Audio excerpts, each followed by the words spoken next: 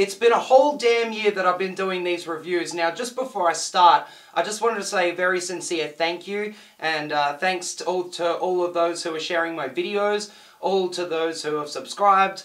You've made doing these videos really fun and definitely worth it. The last 3 weeks my channel has grown by like 30 or 40 people. It's 37. I've got 37 new subscribers. I check my subscribership daily. So hello to the newbies. I hope you've enjoyed watching me find my voice and watching the videos change and the quality, I hope, growing. So yeah, thank you so much. Anyway, review time.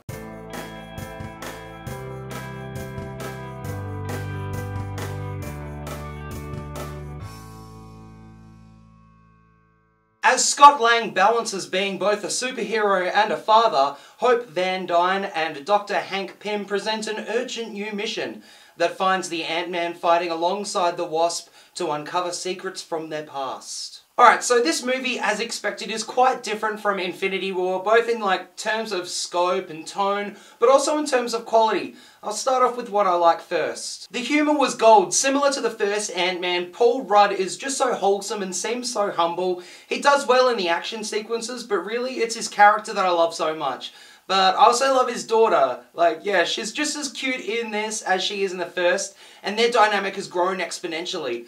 I hope that when I have a daughter, she has a great sense of humour like Scott's daughter has. I also like the fact that they don't villainize the stepdad like every movie does. It's nice that they brought him into the family even more, even though he only has like a minute and a half screen time. Michael Pena stole the show again as Ignacio,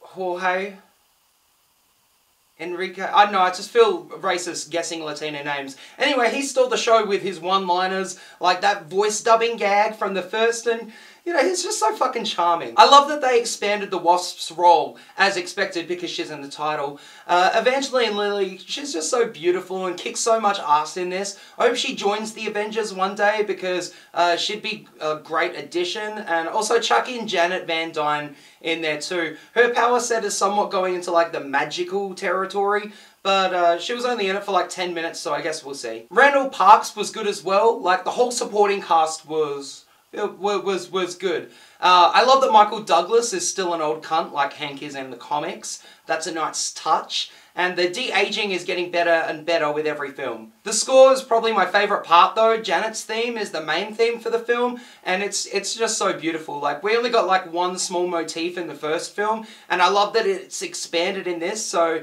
yeah, if you're into scores like me, it's some grade A shit. Worth a purchase or a Spotify listen. Some things I didn't like. Now, once you've seen some shit go big and small, it's just not funny nor interesting. Like, I don't know, it's just like there wasn't any surprises. It was painfully formulaic, and that's just a bit disappointing, especially after Infinity War. Now, I know people are going to be like, yeah, but that's an Avengers film, not an Ant-Man film, but the MCU has made these episodic, so I just think that they should have surprises. Like, the action and most of the funniest bits were in the trailers, and it just kind of spoiled it.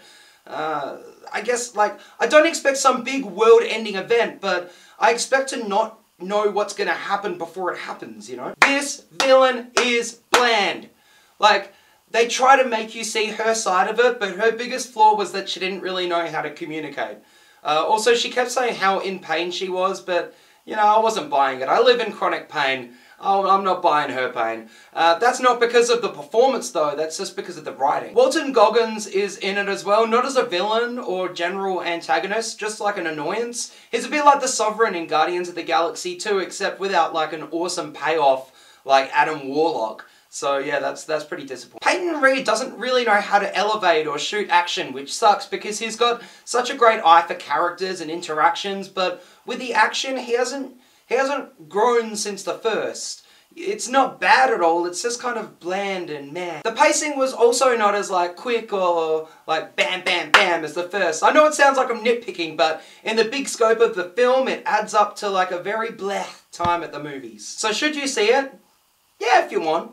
Like, I don't really class it as a must-see or one that you can anticipate, but it's good to kill a few hours. Now, do you have to see Infinity War to see this?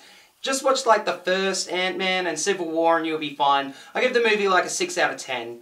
I still haven't come up with a rating system yet, so it's changing from review to review. So thank you so much for checking out my review of Ant-Man and the Wasp. I hope you liked it more than I did. Don't forget to like and subscribe. And as always, if you like this review and want to see more, please click to see more. Thanks for watching. Bye-bye.